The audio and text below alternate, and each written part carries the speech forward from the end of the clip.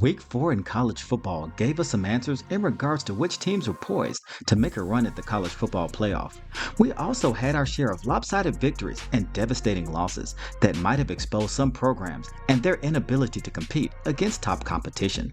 The Miami Hurricanes stonewalled DJ Lagway and the struggling Florida Gator offense as their quarterback was held to only 61 yards passing and 0 touchdowns. Miami's offense, their simple yet effective strategy of hammering the Gator defense on the ground, yielded nearly 200 yards rushing and 3 touchdowns as the Hurricanes cruised to a convincing 26-7 victory over the Florida Gators.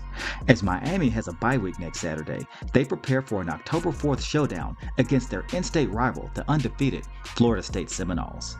What was thought to be a Big Ten battle between the 9th-ranked Illinois Fighting Illini and the 19th-ranked Indiana Hoosiers turned out to be a disappointing Big Ten blowout, as the Fighting Illini of Illinois only registered 2 yards rushing, and that's not a typo.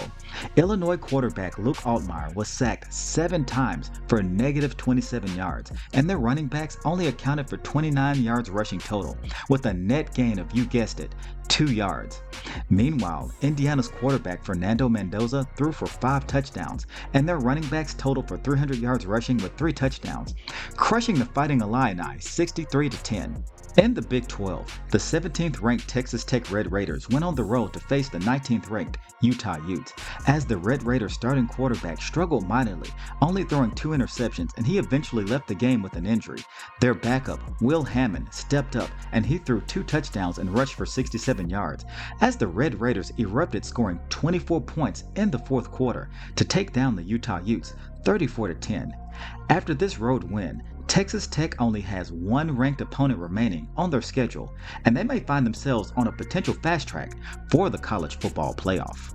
The SEC showdown of the week was against the 11th-ranked Oklahoma Sooners as they hosted the 22nd-ranked Auburn Tigers. In the first half, neither team was willing to back down as they traded blows as the game was tied at the half. However, late in the second quarter on a controversial play, Oklahoma quarterback John Mateer hit wide receiver Isaiah Sategna on a 31-yard touchdown.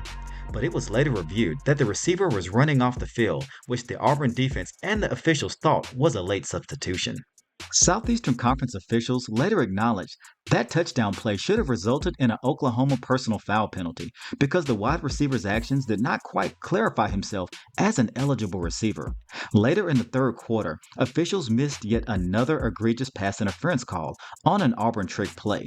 The back official was out of position, attempting to avoid a collision with players, yet it resulted in missing an obvious pass interference penalty that would have given the Auburn Tigers a crucial first down.